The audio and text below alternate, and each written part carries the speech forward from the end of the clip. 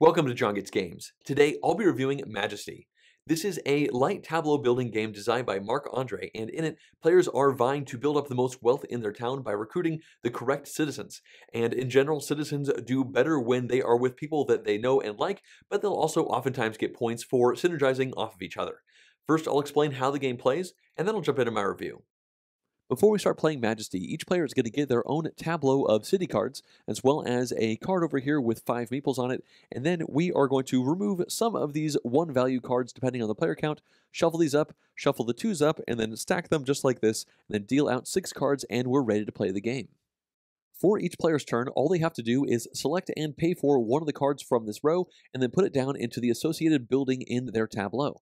Now, the first card in the row is always free, and if you want to grab any of the cards that are deeper down, then you'll have to spend some of these workers. So if they wanted this knight right here, they would have to take 2 of their workers and plunk them down just like that. But for our first example, we'll go ahead and take the free card, which is the miller. And now we're going to put it down here because it is associated with the same symbol, and now we can activate this region. Next, we look to the bottom of the card to see the specifics of its activation. For this one, we see that we will get 2 points per wheat symbol, so for the first card we put down, we would get 2 points, but if we already had a card down and we put another one of these down, then that would be 2 plus 2 or 4 victory points total.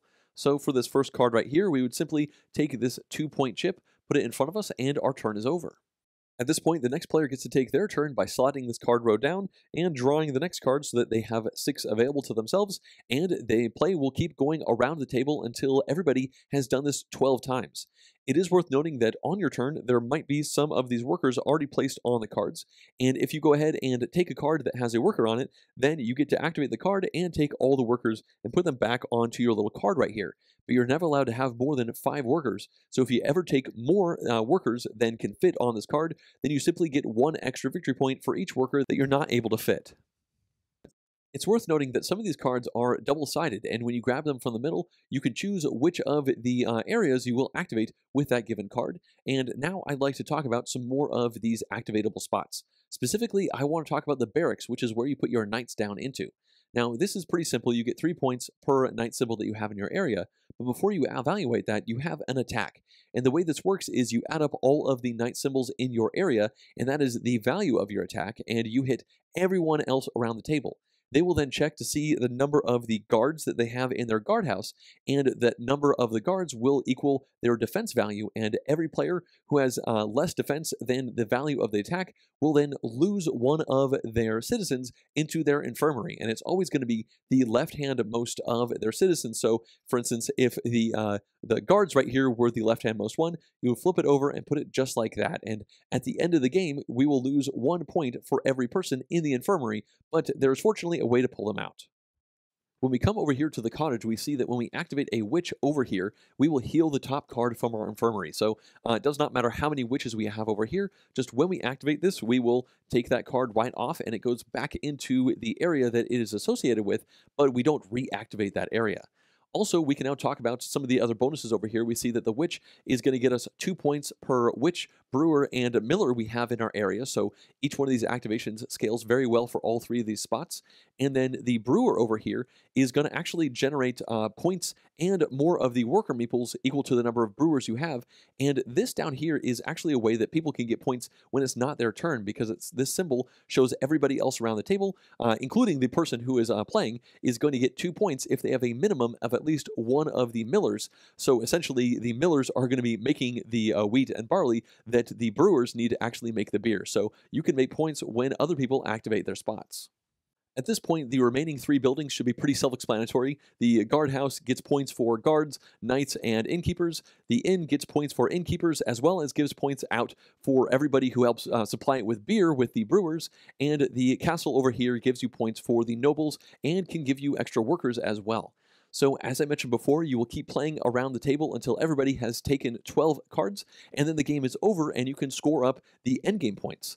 The first thing you want to do is evaluate each one of the individual spots, and you are going to check to see who has the most of those given types of people. So we start with the miller. Whoever has the most millers gets 10 points. Then the brewer, whoever has the most of those, gets 11, etc., all the way down over to the castle, where whoever has the most of these nobles gets 16 points, which is the most. And then, of course, you have to evaluate the infirmary, and everybody's going to lose 1 point per person in the infirmary. Next, you will score points for the diversity of different people that you have in your tableau. So you count up the number, and it's 1, 2, 3, 4, 5, 6 in this instance, and then you square that number. So 6 times 6, or 36 points total, and you add that up to all of the other points that you have. So obviously, if we had had a 7th person here, that would be 49 points, which is a much better way to do it, but that's not always going to be possible based off the decisions you have. So once you add up all of those victory points from the ones that you gathered in the middle of the game and these endgame points, you will see who has the most, and that person's going to be the winner. It is worth noting that each one of these city cards has an A side and a B side, and if you look down here, the B sides are rather different, and they offer different synergies between the cards, and the game offers that you can play with all A sides or all B sides, and it does say if you want, you can alternate between the two, but you have to make sure that everybody is using the same set of A's and B's, although it does seem like it's been designed to stick with the B's and the A's. All right, let's now begin the review for Majesty off by starting with a couple positive points. And the first of these has to do with the central tension point that you have every single turn of the game, and that is, what citizen do I enlist? And that seems like a very basic thing, because that really is the game. You just do 12 selections of citizens, and then you end the game and see who won. But specifically what I'm talking about here is you are restricted by the number of the little meeple workers that you have in front of you. So right off the bat, you might not have access to the entire line, so you need to just process the people that you do have access to. But then there are a wide variety of other things that you need to consider while you're trying to figure out which person to grab. Because first of all, you know at the end of the game, there is that squared scoring for how wide you go. So it is important to try and not to go really hard on just a specific couple of these citizens. But then you have a counter pull away from that, because there is the area majority scoring for each one of the citizens, and in general, the citizens, they score off of each other. So if you already have 3 of that one type, then getting the 4th one is probably going to be very lucrative for you, because it just scales off of that number that you've had already. So I just love the push and pull within the decision structure. I found that it creates for pretty satisfying decisions, because it is not necessarily always straightforward as far as which citizen you should grab.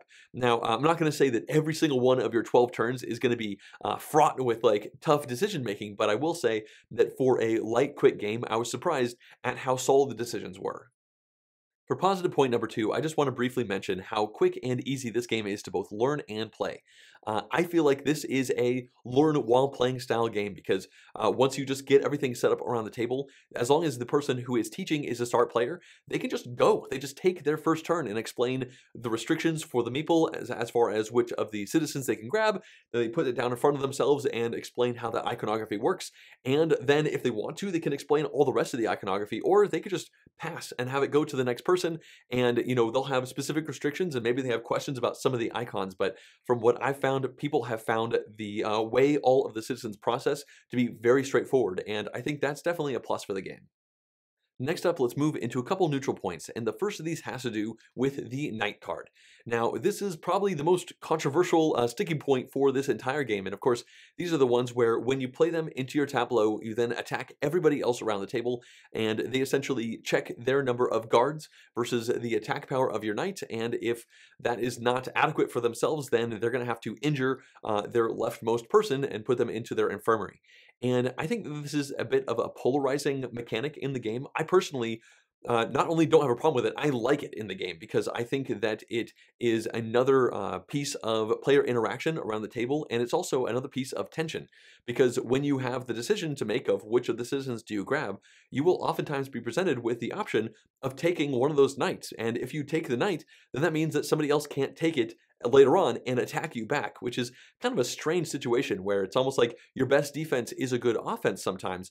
And of course, if you find yourself taking too many of those, then maybe you're not going wide enough to get that really great square bonus scoring at the end of the game. But also on the other side of the coin, this is pretty interactive. Like, you are drafting cards and trying to build a little thing in front of you, and then the game allows people to just pick up a stick and hit you over the head with it. And it's not great when you have to like burn a person over to the side, especially if it's one of your kind of middle of the round, middle of the range people.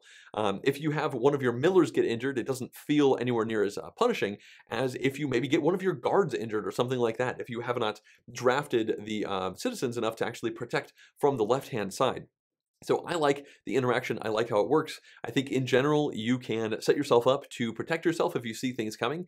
And like I said, if you don't have the option of grabbing a guard, but there is a knight out there, maybe you take it yourself. And if none of these things work, you just don't have the meeples to grab that knight, then do something else. I mean, pick something that's going to get you points and just be comfortable with the fact that as you're playing this game, odds are good you're going to have some people get injured. And there is an entire citizen that is able to heal those injured people back up and bring them back out. Also, having some injured people is really not the end of the world. I've seen people win by having a big pile of people in that injured part of their board. So it's definitely not something where you're just going to lose if you keep getting hit by the knight over and over again, as long as you are outvaluing those losses with some bigger gains elsewhere on your board. For neutral point number 2, let's now discuss the role of luck in Majesty. And, from a broad sense, you can look down and see that the engine of this game is a shuffled up deck of cards. So obviously there will be randomness that comes into play, but it is definitely mitigated by the initial setup because you are controlling that shuffle by shuffling 2 separate decks of cards independently and then putting the 2s on the bottom and the 1s on top of that, so that you will have a more even distribution of citizens that come out over the course of the entire game. And so that definitely helps things out. And another thing to keep in mind is that at lower player counts, that row is going to move even slower than it would potentially at a 4-player count. So any perceived luck problems will be a lot smaller at a 2-player game versus a 4-player game. But I can tell you right now that even at 4, with 3 of the cards going away before it's your next turn, it seems like I've just never had a problem with luck. I mean, sure, occasionally there are times where I'm just like, oh, the card I needed came out at exactly the wrong time, and that happened 3 turns in a row, but that really does seem to be kind of a rare type of thing. And honestly, this is a tactical game. It really wants you to not always have amazing options. It might be like, here's some okay options or bad options, but try to pick the best ones from those and just move on. And I think that's kind of baked into the design of the game. So I personally don't have an issue with luck here. Okay, let's now move into the negative section, and I only have one point to talk about, and it relates to the B-side version of the game that you can play. So you build your little tableau of all the little buildings, and they have an A side and a B side. And the way the game is designed, you have all of the A sides are meant to be played together as kind of like an easier way to play the game, and then you have all the B sides that are meant to play together as a more advanced way to play the game. And I have a couple problems with it, honestly. The first problem that I have is that it seems like the innkeeper in particular on the B side is way overly incentivized for people to go hard on them because they are the most complicated of the citizens on that side.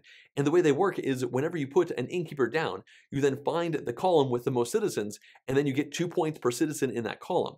But it does not exclude the inn. So what that means is if you have a game where somebody takes an innkeeper and they maybe get a couple points, that's fine. And the next time it comes around to them, there's another innkeeper out there. Like, yeah, I'll take that. And then it's going to score off the innkeepers. So each innkeeper is going to score each other a couple times. And if they have an opportunity to take a third innkeeper, suddenly they are making massive points. And you have this situation that isn't fun for anybody because you have the person who's grabbing the innkeepers who suddenly their sole focus is just grabbing innkeepers. And if it's an option out there on the table, then they have a non-decision turn. Like they just do it, they take the innkeeper and they keep moving on. And then everybody else around the table is going to feel this solid pressure to try and counterdraft those innkeepers away from somebody who's already been building up the strategy. It's just unfun for everybody. And I feel like I'm going to be house ruling the B-side innkeeper from now on and just say that it can't target itself because thematically that makes no sense. And there are a couple other places on the advanced side that actually incentivize having innkeepers anyway. So it's not like the game needed more reason to force you into taking these things. The other issue that I have with the B-side, just from a general design aesthetic, is that it was designed to be played all together. And specifically, it is a much more aggressive side. Like you can see the way the knights are incentivized to work with several of the other roles, and then also with the way that the noble gets you extra points for people in the infirmary. It's just a meaner side to the game, and I wish that they had scrapped that entire design ethos and instead said that the B-sides are a little bit more complicated, but built to be randomly shuffled up with all of the A-sides every single time you play the game. Because the way it is as shipped, you can play it as an A-side or as a B-side, and officially the rules do say you can flip the cards around if you'd like to play it that way, but it does not seem to be intoning that that'll work very well, and I just wish that the game had been designed so that the first time you play it says play with the A-sides, and the second time you play until infinity, you just randomize the A's and B's so that you have a different setup, and I think if it had been designed from that angle, it would be a much more solid, advanced way to play the game, and it would add a lot more depth to the overall experience. So just in general, I feel like there are several misses to me with the advanced side of the game. It's now time to discuss the variability for Majesty, and if you just listened to my one negative point, some of this is going to sound a little familiar because I feel like it is in general a little bit less variable than I expected going in, and that's because there's essentially two ways to play the game. You play with all of the A sides to your buildings or all the B sides to your buildings, and sure, there are 7 different types of citizens in the game, and every time you sit down to play the game, you'll shuffle up that deck of cards, and maybe one game you go hard on the guards, and another game you're going really hard on the nobles. But I feel like from a variability perspective, there was a really big miss in trying to actually design the game so that you randomize the A and B sides and have that be a really good way to play the game, as opposed to it being A or B. And the rules do specifically say that you can randomize them up if you like to, but it does not seem to be intoning that that is the way the game was designed to play. And I have not tried that, but I am not confident that that will work super well. And I might at some point in the future, but in general, it leaves me feeling like the variability is a little less than I expected going in. When it comes to player count, Majesty supports 2 to 4 players, and I've played several 3 and 4 player games. I've never had an opportunity to play it at 2, but I do think that 3 player is probably the sweet spot for a couple reasons. The first one being the classic 2-on-1 maneuver, where if you think one person is running away with the game, you can have both of their opponents kind of try to slow them down by counter drafting based off of the cards in that card row. And another thing to consider is that with more people around the table, you're going to have those cards disappear at a quicker rate. In a 2-player game, only 1 card is going to disappear between turns, and in a 4-player game, you're going to have 3 cards disappear out of the 6, so it's going to be a much more tactical affair at 4. But the reason I'm saying that 3 is probably best, again, is because you can have that 2-on-1 gang up because, well, this is a game where you have a scaling amount of points that happen. It's essentially little engines that you're building in front of you, and so slowing someone down who maybe is getting a little bit too many of these really good cards is probably a good thing. But all that being said, I imagine the 2-player game plays very well as well. In conclusion, I've played Majesty 5 times at this point, and I have been impressed with it overall. I've had a good amount of fun playing it. I was not expecting the decisions that you make on every one of your turns to be as satisfying as they ended up being, and I don't want to oversell it. It's not like this is an incredibly deep game, but it is so quick to learn and to teach and to play, and for each one of those 12 decisions you make, you have a variety of good things to think about. First of all, you are trying to take a citizen that's going to work well with the citizens that you've already grabbed, maybe getting some synergies with that same exact citizen, or sometimes they kind of play really well off of each other. But then also you're trying to win as many of these area majorities on these columns as you can, while at the same time trying to have a nice variety of all of these citizens, because you will square that variety at the end of the game, and that could be a lot of your points. A winning score is oftentimes in the like 150s, 160s, and if you have 7 people, that's 7 times 7, or 49 points, which is almost a third of your probable endgame score, and that's a big deal thing that you have to consider.